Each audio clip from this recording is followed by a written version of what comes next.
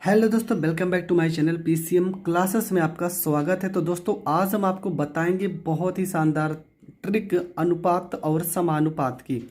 तो चलो उन सारे ट्रिक को समझते हैं बहुत ही सरल तरीके से। जैसा कि पहला ही क्वेश्चन है, लिखा है 8 और यहाँ पे कॉमा लगा के 5, 2.5 का प्रथमा अनुपाती पूछा है, ज्ञात कीजिए। तो आप कैसे हल करोगे?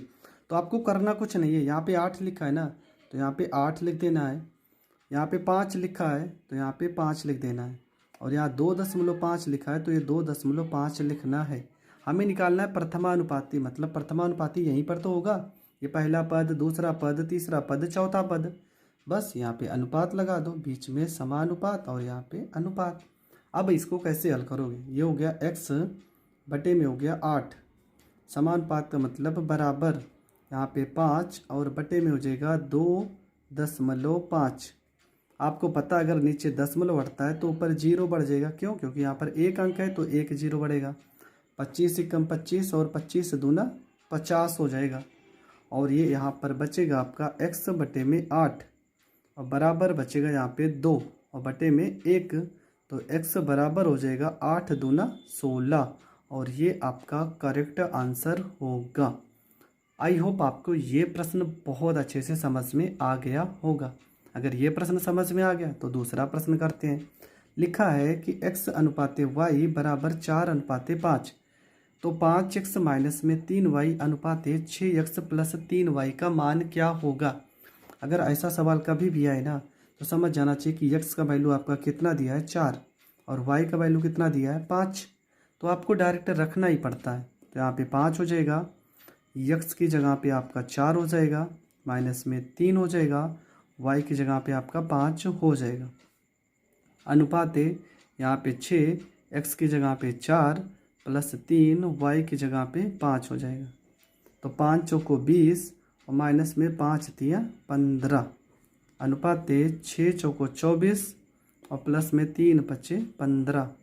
20 में से 15 गया 5। अनुपाते 4 में से 5 गया 9 और 2 में से 1 गया 3, मतलब जुड़ गया 3। 5 4 9 और 2 1 3। तो आपका जो उत्तर निकल के आ रहा है ना, वो निकल के आ रहा है 5:39। तो ये प्रश्न भी आपको बहुत अच्छे से समझ में आ गया होगा। अगर समझ में आ गया तो वीडियो को ज़्यादा से ज़्यादा लोगों तक दबा के शेयर कर दीजिए।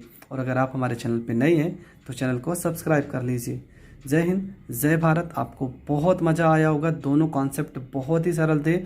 अगर आपको ऐसे ही कॉन्सेप्ट आपको सीखना है तो हमारे प्लेलिस्ट में भी वीडियो है और आप वहां से जाकर ऐसे बहुत सारे ट्रिक को जान सकते हैं और समझ सकते हैं। तो मिलेंगे नेक्स्ट वीडियो में। जय हिंद। हेलो दोस्तों, तो आज हम आपको ये अनुपात और समानुपात के दो प्रश्न बहुत ही शानदार तरीके से सॉल्व करने जा रहे हैं। और चलो देखते हैं कि कैसे इन प्रश्नों को आप हल कर सकते हो।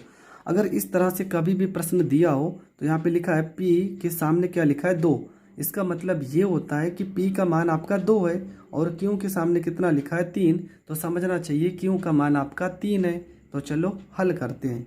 यहाँ पे हो जाएगा 4 और p की जगह पे 2 लिखना है तो यहाँ पे हो जाएगा 2, माइनस यहाँ पे हो जाएगा 2 और q की जगह पे 3 लिखना है तो यहाँ पे हो जाएगा 3, बटे में यहाँ पे 3 लिखा है तो यहाँ पे 3 करते हैं। और p की जगह पे 2 लिखना है तो यहाँ पे 2 करते हैं, प्लस यहाँ पे 2 है तो ये 2 हो जाएगा। q की जगह पे 3 है तो यहाँ पर 3 हो जाएगा।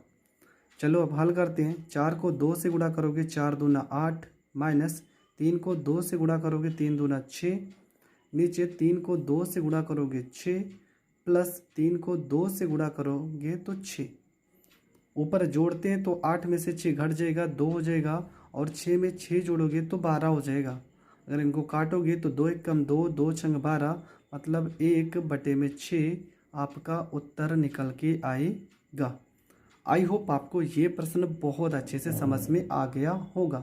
अगर ये प्रश्न बहुत अच्छे से समझ में आ गया तो वीडियो को पहले तो लाइक कर दीजिए, उसके बाद सब्सक्राइब कर लीजिए।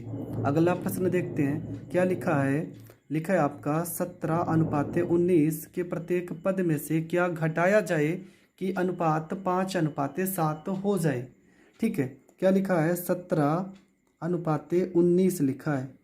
आपसे पूछा जा रहा है कि क्या घटाया जाए कि इनका अनुपात 5:7 हो जाए। तो इसका मैं बहुत ही शानदार तरीका बताने जा रहा हूँ। कभी भी इस तरह का सवाल आए तो यहाँ पर इन दोनों का अंतर देखना है। 19 में से 17 गया कितना आएगा 2, और इसका भी अंतर देखना है। 7 में से 5 गया, अंतर कितना आएगा 2।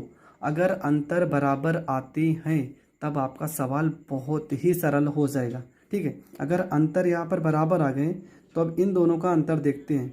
19 में से 7 गया कितना आएगा 9, में से 7 गया 2, कितना आएगा 12, और 17 में से 5 गया कितना अंतर आएगा 12।